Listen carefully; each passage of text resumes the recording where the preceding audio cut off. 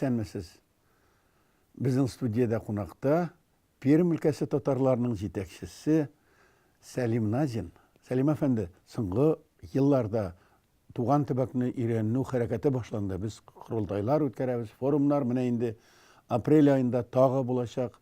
Татарстан төбәкчеләренең һәм Россиядән кунакларның килүе белән бергә яңа форума Пермьдә төбәкне өйрәнү эшенә катнашалармы? Сез үзегезнең туган ягыгызны өйрәнәсезме? Татарлар аны ничек кабул итәләр? Татар тарихы барман да, шушы 5-6 сорауны бер юлы бирәм, аңлатыгыз әле безгә. Төбәк тарихы белән кызыксынучылар һәр вакыт алар булганнар, һәм бүген дә алар бар, һәм яшиләр, эшлиләр. Менә шуны әйтәсем килә. Төпле рәвештә төбәк тарихын өйрәнүчеләр Совет чорында үзебезнең Пермь татарлары турында китаплар чыгара башлаганнар. Әйтеп китәргә кирәк, монда Советлар чорында чыгарылган китаплар арасында Пермь татарлары дигән китапның авторлары Дамир Мавлавиевич Исхаков һәм шулай ук Рашид Файзрахманович Ягафаров. Менә бу эшләрне дәвам итеп безнең якташыбыз Амир Фатыйхов чыгарды Гейнәйле дигән төпле китап. Менә бу төпле китап Барда районының тарихына багышланган һәм Пермь татарларының тарихына багышланган китап. Бу китап бик зур этәргеч булды дип әйтергә кирәк башка үзебезнең тарих белән кызыксынучыларга. Шуннан соң чыкты инде безнең Барда районында Валиуллин Равиль Шариповичның китабы «Очерки истории Бардымского района» рус телендә чыкты ул. Менә шулай итеп алга таба безнең бу эшне дәвам итүче кешеләр көннән-көн арта башладылар.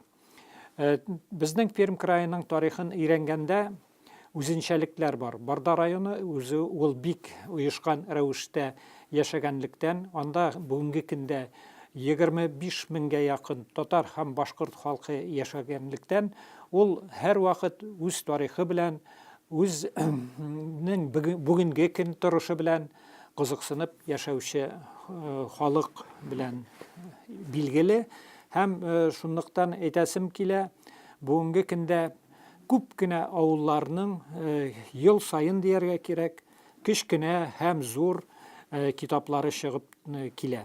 Менә узган елны Идия Таширов, Татарстан Республикасы Язучылар союзы берлеге агъзасы дияргә кирәк, үзенең иптәшләре белән, үзенең туган авылы Сөҗән авылының тарихын бастырды.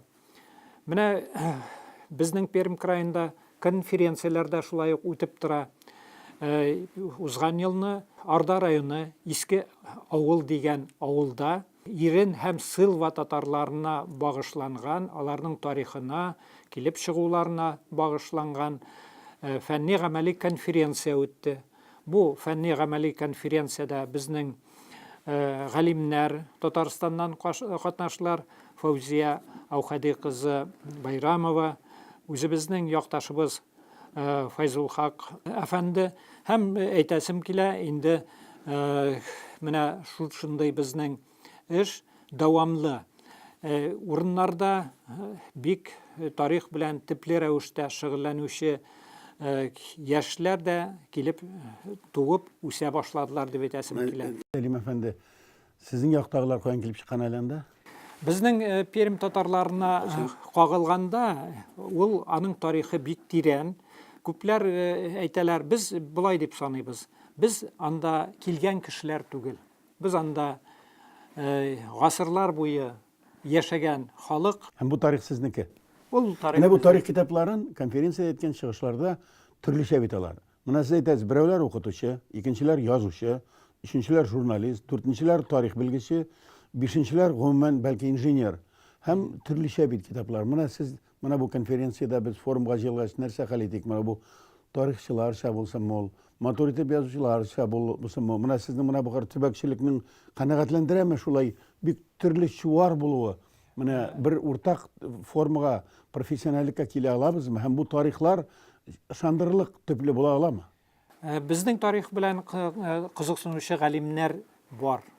Һәм шул ук вакытта менә гади укытучы да, гади инженер да үз тарихы белән кызыксына икән, моны тыю кирәкми, моны үстерергә генә кирәк.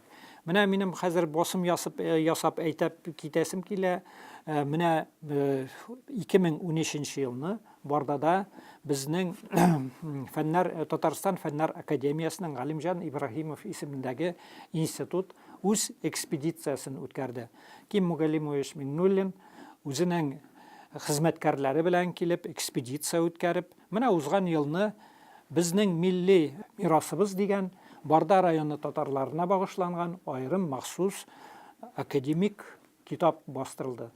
Күрәсез, безнең алга таба үз тарихыбызны өйрәнү өчен бар төпле фәнни хезмәтләрдә һәм шулай ук менә аерым шәхесләрнең дә эшләгән эшләре. Шуңа күрә алар бер-берсен тулыландыралар гына дип әйтәсем килә. Алла курса 3-5 апрельдә менә шул турыда төбәкчеләрнең конференциясендә, форумында бергәләшеп сөйләшербез.